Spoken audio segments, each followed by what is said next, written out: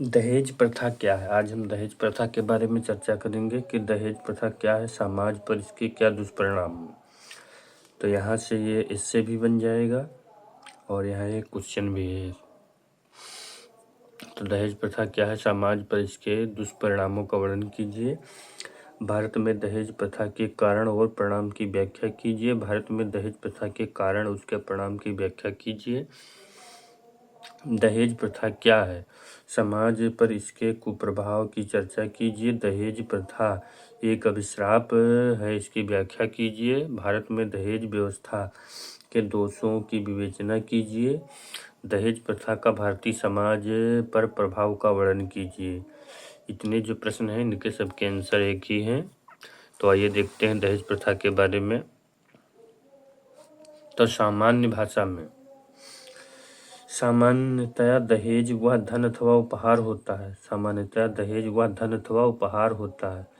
जो है दहेज वह धन है, वह उपहार है जिसे कन्या के माता पिता व संबंधी विवाह के समय वर या वर पक्ष को देते हैं। समय पर वर या वर पक्ष को देते हैं। विभिन्न विद्वानों ने इसकी परिभाषा अलग अलग दी है। तो दहेज वह धन अथवा संपत्ति है जो विवाह के समय एक कन्या जो है अपने माता पिता अथवा संबंधी विवाह के समय वर अथवा वर पक्ष को देते हैं, उसे दहेज कहा जाता है। ये डावरी है, ये एक समाज के लिए अभिशाप है। फिर एनसाइक्लोपीडिया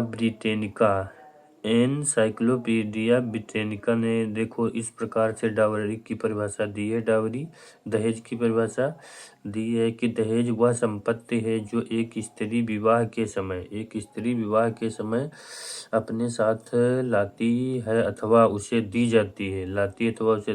कभी कभी इसको वर मूल्य की भी संज्ञा दी जाती है।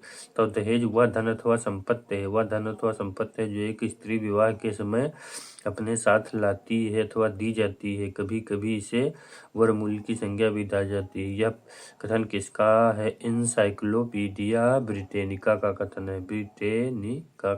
है। फिर चार्ल्स विनिक का कथन है। दहेज वे बहुमूल्य वस्तुएं हैं जो किसी एक पक्ष को व्यक्ति विवाह के समय प्रदान करता है। कोई इसमें की एक परिभाषा याद कर लीजिए। दहेज प्रथा के प्रमुख कारण क्या है? तो दहेज प्रथा के प्रमुख कारण कौन कौन से हैं भाई? दहेज प्रथा के कारण, तो दहेज प्रथा आदिकाल से चली आ रही एक प्रथा है। इसका विकास अभी नहीं, आदिकाल से हुआ है। इसका प्रमुख कारण समाज द्वारा इसे स्वीकृति मिला होना है, क्योंकि समाज द्वारा इसे परमिशन मिला है। मुख्यतः दहेज प्रथा से बहुत से कारण हमारे समाज में विद्यमान है, कोई एक कारण नहीं है, अनेक कारण है जो विद्यमान है। देखिए निम्न प्रकार से। नंबर 1 है सामाजिक कुप्रथा है। कैसी कुप्रथा है? तो सामाजिक कुप्रथा है। तो दहेज प्रथा हमारे समाज में एक सामाजिक कुप्रथा है, सामाजिक कुप्रथा बन गई है। कैसी कुप्रथा बन गई है? सामाजिक फलस्वरूप समाज में विवाह संपन्न करते समय वर वधू के माता पिता को न चाहते हुए भी इस कुरीति का शिकार होना पड़ता है। तो नंबर 1 दहेज प्रथा का क्या कारण? यह सामाजिक कुप्रथा है, यह सोशल इविल है, सामाजिक कुप्रथा है। नंबर 2 सामाजिक मूल्यों की मान्यता। हमारे आज के समाज में सामाजिक मूल्य असंख्य हैं। प्रत्येक सामाजिक मूल्य का अपने अपने क्षेत्र में मूल्य, जो हमारा समाज है उसमें अनेक मूल्य हैं और प्रत्येक सामाजिक मूल्य का अपना अपने क्षेत्र में एक विशेष स्थान और महत्व है। समकालीन भारत के प्रत्येक व्यक्ति का मूल्य रुपये पैसे से तोला जाता है। किसे तोला जाता है? तो रुपए पैसे से तोला जाता है। यदि किसी वर अथवा कन्या के माता पिता अपने लड़के अथवा लड़की के विवाह में अधिक धन व्यय करते हैं तो समाज का प्रतिष्ठित व्यक्ति समझा जाता है, क्योंकि समाज में ऐसे मूल्य हैं जिनके फलस्वरूप दहेज प्रथा को प्रोत्साहन मिलता है। किसको प्रोत्साहन मिलता है? तो दहेज प्रथा को प्रोत्साहन मिलता है। तो ये है सामाजिक मूल्यों की मान्यता। इसमें यह होता है कि कोई व्यक्ति जितना अधिक रुपए खर्च करता है समाज में, उसको उतना ही अधिक प्रतिष्ठा मिलती है। यही कहलाता है सामाजिक मूल्य की मान्यता। फिर अगला है सामाजिक स्थिति का प्रदर्शन। सामाजिक स्थिति का प्रदर्शन दहेज प्रथा को प्रोत्साहन देने वाला एक बहुत महत्वपूर्ण कारक है। समाज में व्यक्ति की स्थिति को भी प्रदर्शित करना होता है कि व्यक्ति जो है समाज में अपनी स्थिति प्रदर्शित करता है। जब जितने अधिक दहेज देता है उतने अधिक उसे लोग कहते हैं संपन्न है। प्रत्येक मनुष्य अपनी कन्या का विवाह करते विवाह संपन्न करने में अधिक पैसा इसलिए भी लगा बैठता है कि समाज में अन्य लोग में उसकी ऊंची स्थिति की अनुभूति करें, ताकि उसकी प्रशंसा और अधिक हो सके। अनुलोम विवाह प्रथा ये भी जो है दहेज का प्रमुख कारण है। पहला हमने क्या बताया था कि सामाजिक कुप्रथा है, दूसरा बताया था सामाजिक मूल्यों की मान्यता है, तीसरा बताया था सामाजिक स्थिति का प्रदर्शन है, चौथा है अनुलोम विवाह प्रथा। हिंदुओं में प्राचीन काल से ही अनुलोम विवाह प्रथा का प्रचलन था, जिसके परिणाम स्वरूप आज भी यही प्रयास लोग करते हैं कि उनकी कन्याओं का विवाह ऊंचे से ऊंचे घराने में हो। इस प्रण को पूरा करने के लिए भले ही उन्हें कितना ही धन खर्च करना क्यों न पड़े, वे लड़के वालों की दहेज की मांग को स्वीकार करने को विवश हो जाते हैं। तो ये कारण हो जाता है, मतलब वो ऊंचे घराने में विवाह करते हैं, चाहे क्यों न उन्हें कष्ट का सामना करना पड़े। फिर परंपराएं देखते हैं, परंपराएं कौन कौन सी हैं। तो परंपराएं क्या होती हैं? तो भारतीय लोग सामान्यतः जीवन व्यतीत करते हैं और अपनी भेड़ चाल के लिए प्रसिद्ध हैं। बहुत से लोग इसलिए भी दूसरे व्यक्तियों की देखा देखी में दहेज प्रथा स्वीकार कर लेते हैं कि उनको भी अपने लड़के और लड़कियों के विवाह संपन्न कराने में ऐसा करना पड़ेगा। यह परंपरा पीढ़ी दर पीढ़ी बनी रही है। तो परंपराएं हो गई। फिर लड़कियों के विवाह की अनिवार्यता। तो लड़कियों की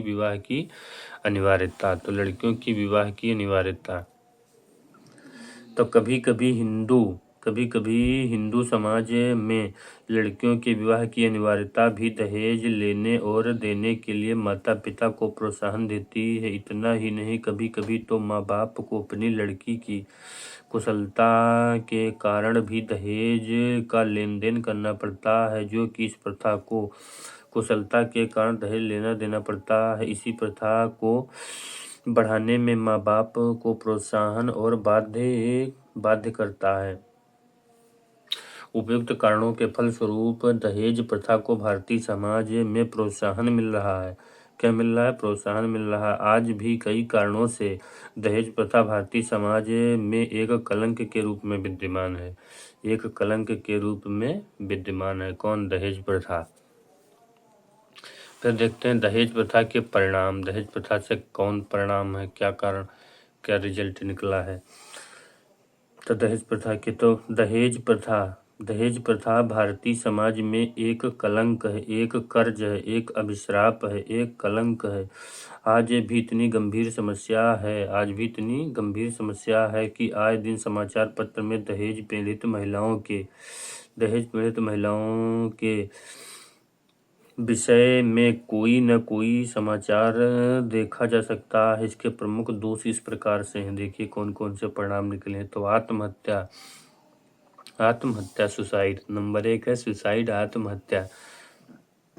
अधिक दहेज की मांग के कारण कभी कभी लड़कियों के माता पिता लड़की निराश होकर आत्महत्या कर लेती हैं। कई बार विवाह के बाद ससुराल वाले दहेज कम लाने वाली दुल्हन को मिलकर मार डालते हैं। आजकल ऐसी घटनाएं समाचार पत्र के माध्यम में हमारे सामने आ रही हैं। उनको आत्महत्या करना पड़ता है, उन्हें विवश कर देते हैं जो अपने साथ धन कम लाती हैं, फिर फैमिली वाले मिलकर उन्हें मार देते हैं। फिर पारिवारिक संघर्ष, जो लड़कियां दहेज नहीं लाती उनके सास और ननद उनके ताने देती हैं, परिवार में संघर्ष की स्थिति बनी रहती है।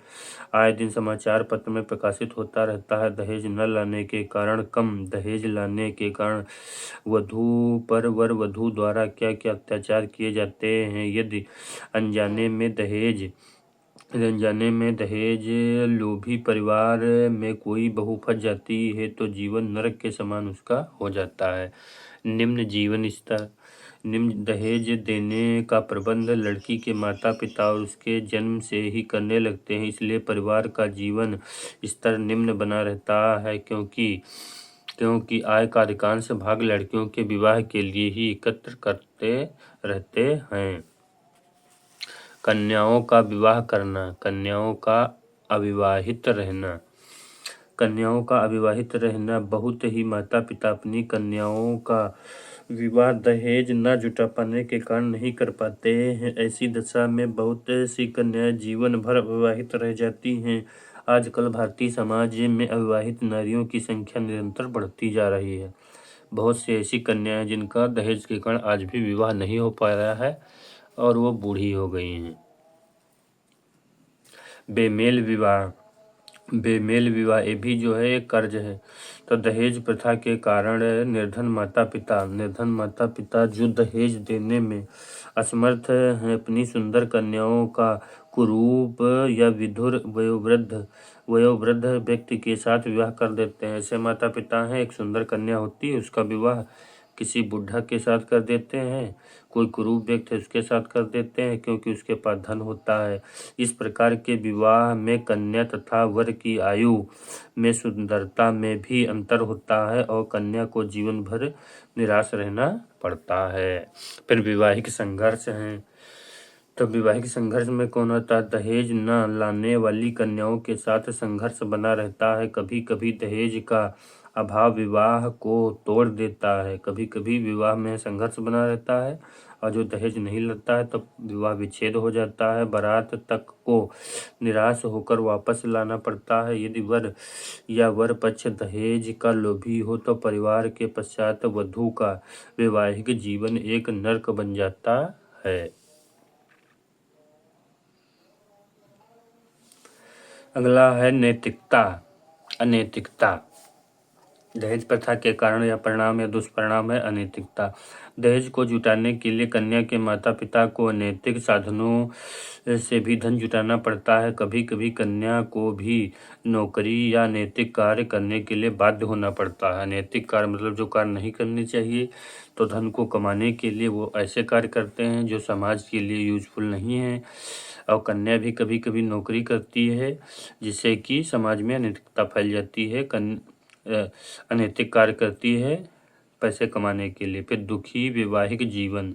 दहेज के कारण वर और वधू सास ननद के बीच संघर्ष बना रहता है, इसलिए दहेज के कारण वैवाहिक जीवन में निराशा अथवा क्षोभ बना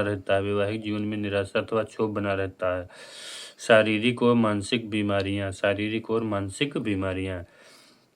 कभी कभी तो ऐसा होता है दहेज न लाने वाली वधुओं को मानसिक कष्ट बना रहता है, एक में वो बीमार रहने लगती हैं और उधर उनके माता पिता भी दहेज जुटाने में काफ़ी परिश्रम करते हैं।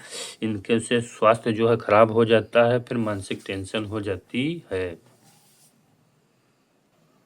देखते हैं दहेज है क्या। तो दहेज वह धन अथवा संपत्ति है जो विवाह के समय एक लड़की अपने घर लाती है तो उसे दहेज कहा जाता है। दहेज के प्रमुख कारण क्या हैं? तो सामाजिक कुप्रथा है, सामाजिक मूल्यों की मान्यता है और सामाजिक स्थिति का प्रदर्शन है। अनुलोम विवाह प्रथा है, अनुलोम विवाह प्रथा है। फिर परंपराएं हैं। लड़कियों के विवाह की अनिवार्यता है। दहेज प्रथा के परिणाम देख लेते हैं। इसमें लड़कियां आत्महत्या कर लेती हैं, वैवाहिक संघर्ष होता है तथा निम्न जीवन स्तर हो जाता है। कन्याओं का अविवाहित रहना, बहुत सी कन्याओं का विवाह नहीं हो पाता दहेज प्रथा के कारण। फिर बेमेल विवाह हो जाता है, बुढ़े के साथ शादी कर देते हैं। फिर वैवाहिक संघर्ष हो जाता है। वैवाहिक संघर्ष हो जाता है। अनैतिकता आ जाती है, अनैतिकता का कारण बन जाता है। अनेक प्रकार से ऐसे रूप से धन इकट्ठा करते हैं जो अनैतिक कार्य करना पड़ता है। दुखी वैवाहिक जीवन हो जाता है तथा शारीरिक और मानसिक बीमारी हो जाती है।